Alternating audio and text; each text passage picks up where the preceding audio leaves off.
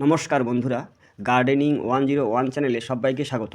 আজ আমি আম গাছের মুকুলের পরিচর্যা নিয়ে আলোচনা করছি।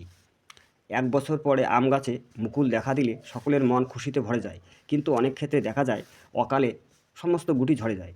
তাই এই গুটি ঝরা রোধ করার জন্য কী কী পদক্ষেপ অবলম্বন করতে হবে তা বিস্তারিত আলোচনা করছি। ভিডিওটি শেষ পর্যন্ত দেখুন, অনেক নতুন টিপস রয়েছে। প্রথমত, আমের মুকুল দেখা দিলে গাছের গোড়ায় অল্প অল্প জল দিন, তবে ওভার ওয়াটারিং করবেন না। 2 নং, আমের মুকুলে ভোরবেলা ও বিকেলবেলা ঠান্ডা জল স্প্রে করুন।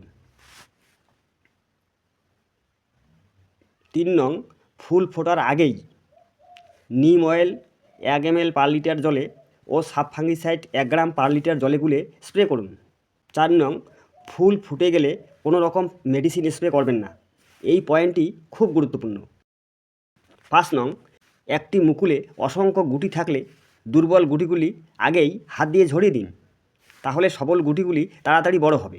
এটা আমি নিজে করে দেখেছি এবং অনেক ফল পেয়েছি। 6 নং, আমের গুটি মটর দানা সাইজ হলে অ্যাগ্রোমিন গোল অনুখাদ্যটি 1 ml পার লিটার জলে গুলে স্প্রে করুন। আশা করি আমের গুটি সেট হয়ে যাবে।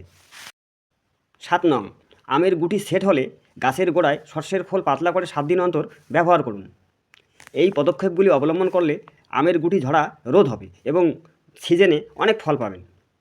ভিডিওটি ভালো লাগলে লাইক, কমেন্ট, শেয়ার করুন এবং চ্যানেলটি সাবস্ক্রাইব করে পাশে থাকবেন। ভিডিওটি দেখার জন্য সবাইকে ধন্যবাদ।